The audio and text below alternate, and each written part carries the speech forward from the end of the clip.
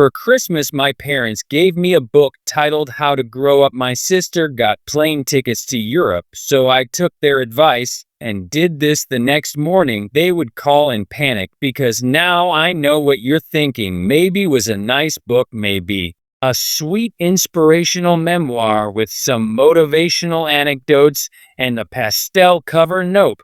It was a paperback with a cartoon drawing of a woman in her 30s clinging to a juice box and a glitter wand while bills flutter around her head. The subtitle, Stop Being a Toddler in a Grown-Up Body. Charming, the kind of book that gets handed out at mandatory HR trainings, the kind that's usually accompanied by a wink and a this.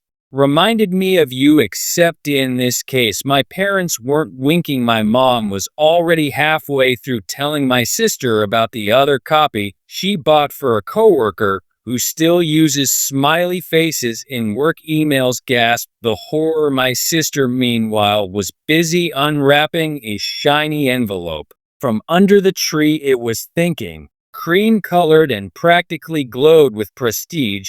I didn't have to squint to read the airline logo printed across the top. Barcelona, she gasped dramatically. Seriously, my parents beamed. We wanted you to have another opportunity to expand your global network, my dad said, like he was launching a diplomatic mission. And not funny. Her third vacation, field research trip of the year to grow your career, my mom added. Then, like an afterthought, she turned back to me and said, and maybe this book can help you grow yours. I smiled. I do that when I'm trying not to cry or scream, or burst out laughing in a way that might be misinterpreted as sign of mental instability. I wish I could say this was the first time something like this happened, but if my life had a holiday theme, it would be a very one-sided Christmas. Last year, my sister got a MacBook for her studies, and I got a laminated to-do list for organizing the garage, handwritten in Comic Sans. I'm used to being the after for. Thought I work full-time at a kindergarten. It's loud, sticky, occasionally chaotic. And unlike my family, it never pretends to be something it's not. I spend my days comforting crying kids, resolving toy-based hostage negotiations, and pretending I don't notice when someone eats glitter glue I also used to do children's parties on weekends. The balloon animals, fairy wings, the whole deal. You're the only person I know who owns 6 pairs of sparkly wings and no winter coat. My sister once joked my parents call it the clown job, even though I've never once dressed as a clown because I respect myself and the emotional fragility of children. I don't do the parties as much anymore, not because I've outgrown them, but because I don't have time. Most of my weekends are now spent babysitting my sister's daughter for free, of course, because as my mom likes to say, it takes a village. Currently, I am the village. The entire village, the babysitter, the emotional support, go to the emergency contact, and the backup pediatrician when the real one is on vacation. So when they handed me that book with its smug cartoon woman and her tiny tantrum, I didn't say anything. I didn't cry. I didn't flip the coffee table or dramatically storm out like I might have fantasized about on particularly bad Mondays. It is smiled. And then I took a sip of the lukewarm cocoa I'd made for everyone and wondered how I could be 31 years old and still feel like a 10-year-old in my own family. After the gifts dinner happened, it was one of those potluck-style meals where my contributions were homemade and heartfelt, and my sister brought store-bought cranberry sauce that still got more praise than my rosemary roasted potatoes. Was at one point my dad actually said, "Wow, Amelia, this cranberry sauce is delicious. Did you make it yourself?" She blinked. "No, I literally opened a can." He laughed like she just told the joke of the year. "You've always been the practical one." I nearly choked on my potatoes later. I offered to help clean up, of course, and my mom handed me a trash bag and said, You've always been good at the stuff. That's what I admire about you. You're not too proud to do the little jobs. I wanted to ask what they thought my job was if taking care of 25 preschoolers and keeping them from biting, gluing, or beating each other with toy dinosaurs wasn't real enough. Then what was that I didn't? Business was Christmas. And because I knew the answer, they didn't see me as grown. They saw me as to pen double cheerful, silly, the helper, the extra set of hands. I wasn't ambitious. I wasn't important. Post nice, and nice people in this family got assigned cleanup duty that night.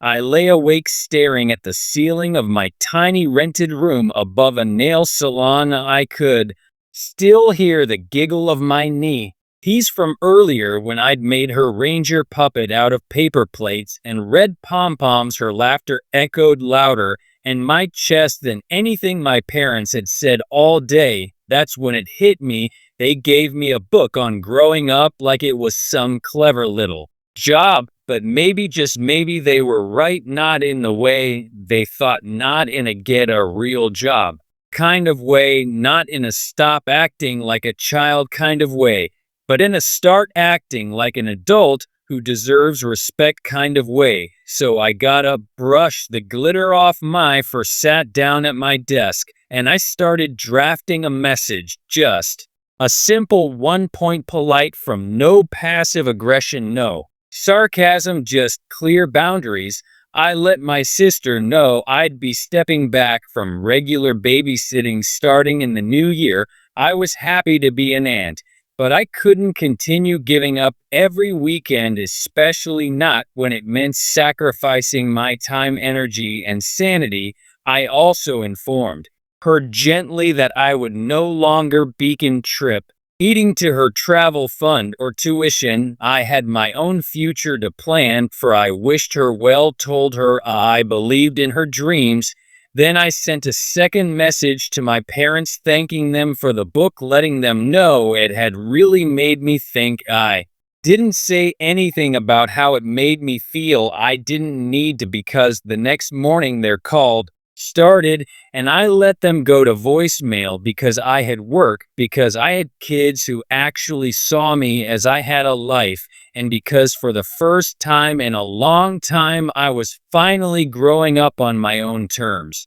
I didn't expect a standing ovation or anything, but I also didn't expect 6 missed calls to voicemails and a group text from my mom that said, "We're just very surprised. This feels that of character. Please reconsider for the sake of the family." Out of character, you know. What else was out of character? Giving your child a passive ago rest of self-help book as a Christmas gift and expecting her to keep washing your dishes and raising your other child like a live-in nanny with glitter allergies. But sure, I was the problem now. I didn't answer, not that day, not the next either. I figured they could sit with it. They were big on natural consequences when I was a kid. Scene fair to let them experience one. The irony is, if you asked my parents or even my sister, they probably tell you I had a perfect childhood, stable home, no screaming, good schools, no tragedy to pin anything on. What they never noticed was that some of the deepest bruises don't leave visible marks, they just get passed off as jokes or parenting styles and buried under years of subtle neglect. When I was 7, I told my parents I wanted to be a fairy when I grew up, not a princess, not a ballerina.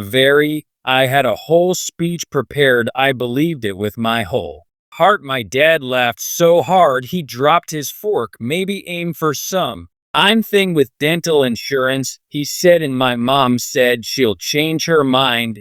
They always do. I never did. The fairy dream became early childhood education. The sparkly wings became puppet shows and story time and messy art projects that make kids light up like Christmas trees. But to them, it was all the same, a face, an adorable detour on the way to something more respectable. Good. My sister Amelia always knew what she wanted: success, glossy success, structured, spreadsheet worthy, internationally certified success. She had a LinkedIn page at 16, took debate team so seriously, she practiced arguing with herself in the mirror. She won awards for writing essays on topics she didn't care about. She was good at performance, just not the kind with puppets and crayons. When she said she wanted to study international relations, my parents clapped like someone had just announced she'd cured polio.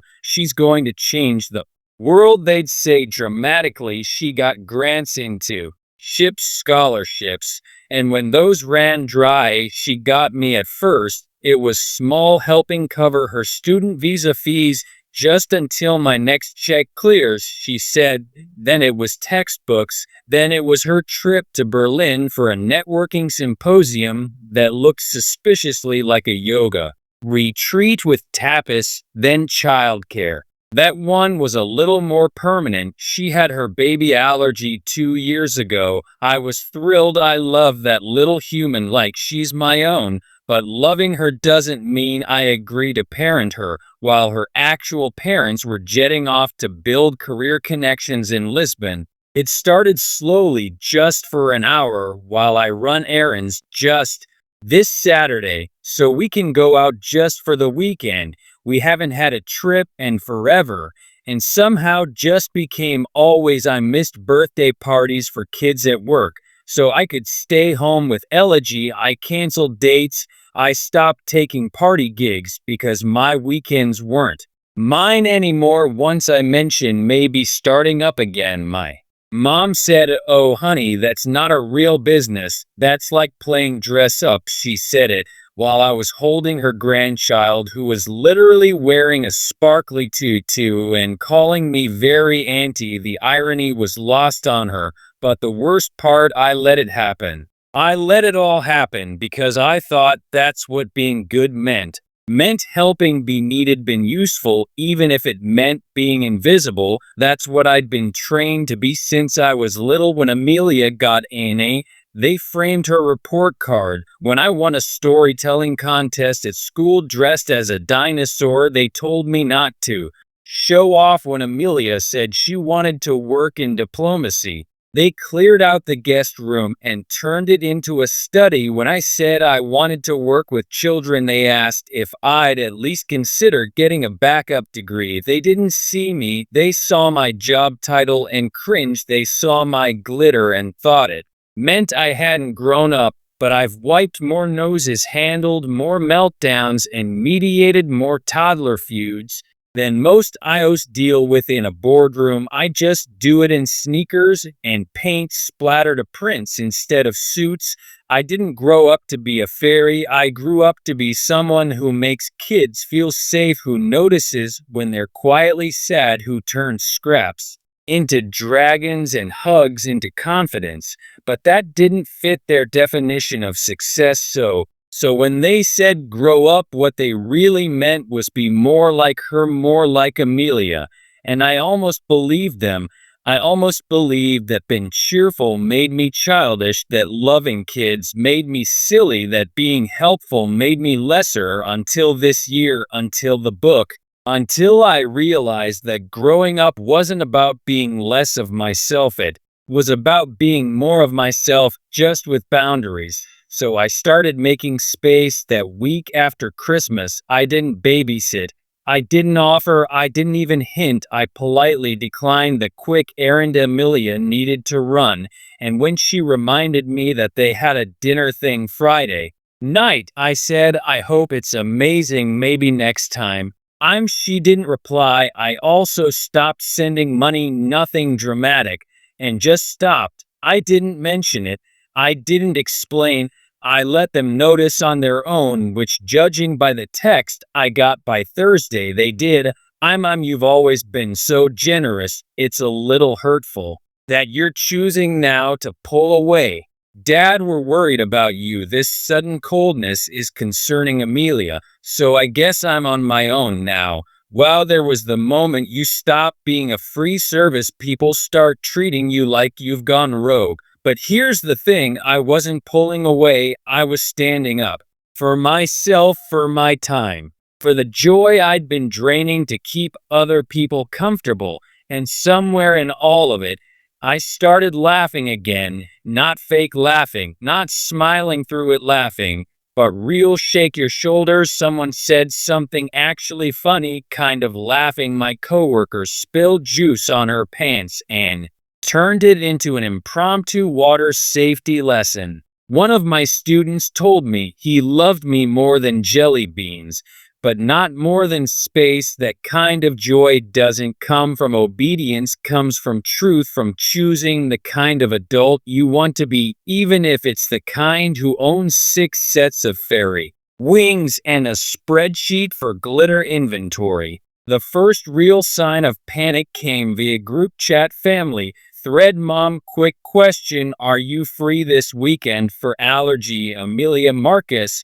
have a thing, shouldn't take long. Me, sorry, I've got plans. Amelia, plans are one of your little parties. Me, neither, just it's not available. Dad, that's disappointing. We really counted on you, counted on me like a dryer cycle or a trust. No acknowledgement of the 100 weekends I'd already given up, just the assumption that I'd keeping convenient forever. That weekend I went to the zoo alone, and I had a blast. I fed giraffes, ate overpriced cotton candy, and laughed out loud when a toddler threw a shoe into the meerkat enclosure and yelled, "That's my offering." No one asked me to do anything. No one called me childish. No one handed me a baby and said, "Be a good girl and watch her just for a bit."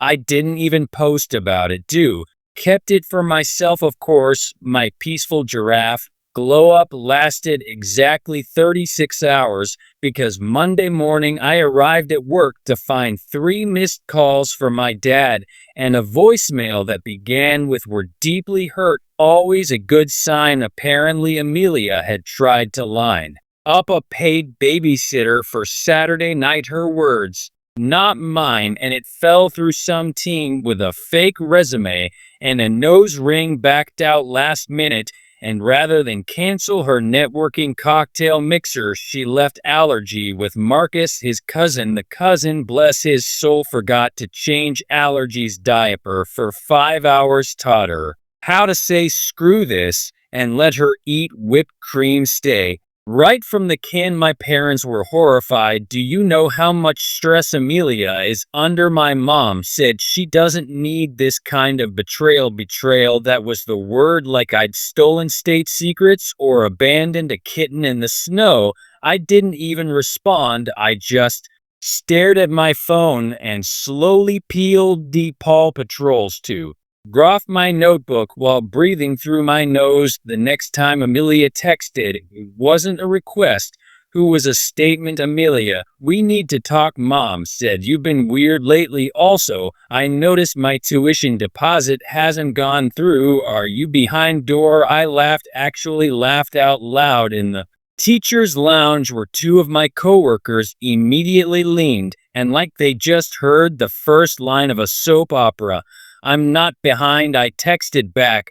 "I just stopped." She called me immediately. "You would I stopped sending money? You can't just do that without warning. I'm in the middle of applying for this Geneva program, and I'm not your sponsor, Amelia.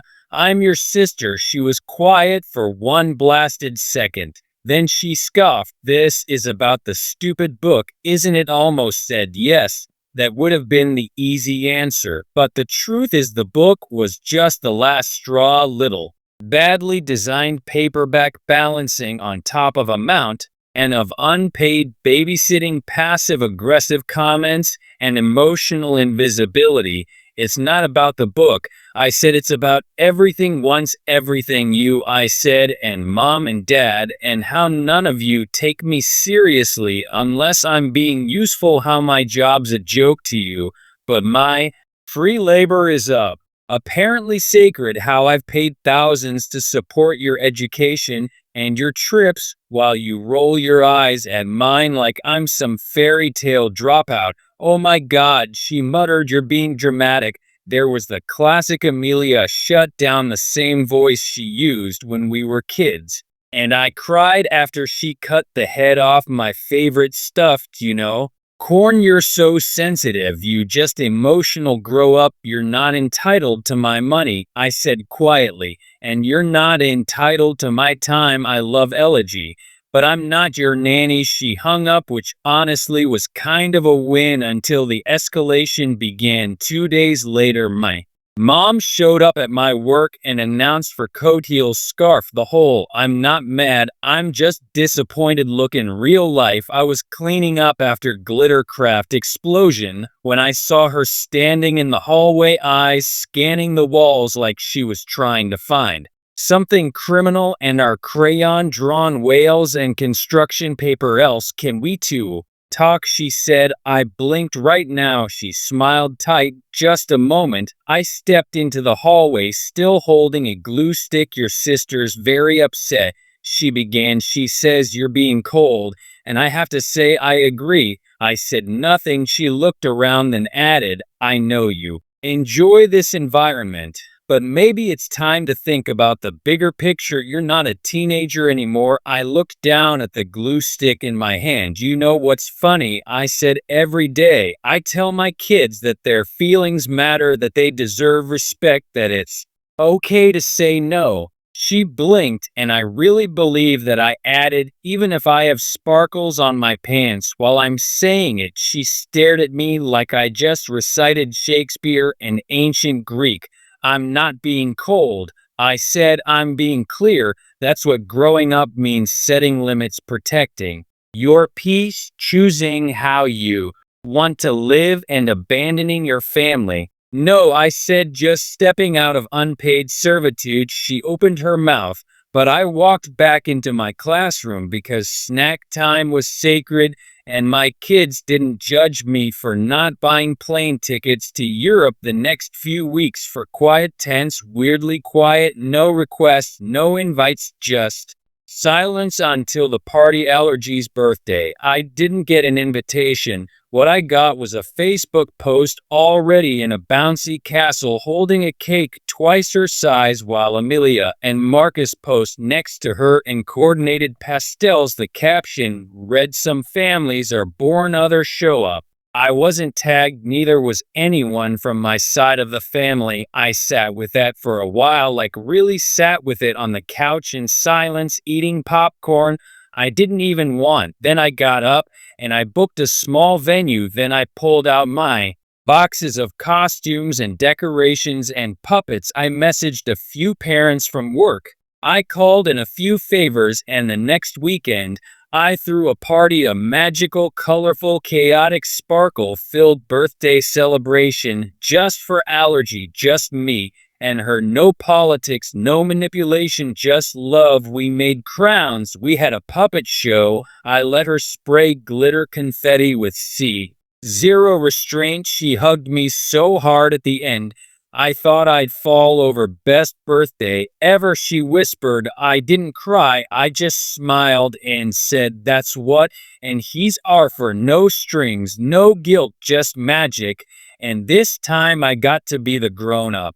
The trouble started with a voice note. It was barely 10 seconds long, sent to Amelia from Allergy's iPad, which he mostly used to watch cartoons and accidentally call random contacts. In the background, you could hear her tiny voice yelling, fairy party, very party, no boring party, no boring Kate. And then, just barely audible, my laugh. She'd been reenacting her birthday weekend ever since it ended, running around in the sparkly tutu I gave her, holding up a glitter wand, demanding more sparkles and asking where the singing dragon went. I should have expected Amelia wouldn't take it.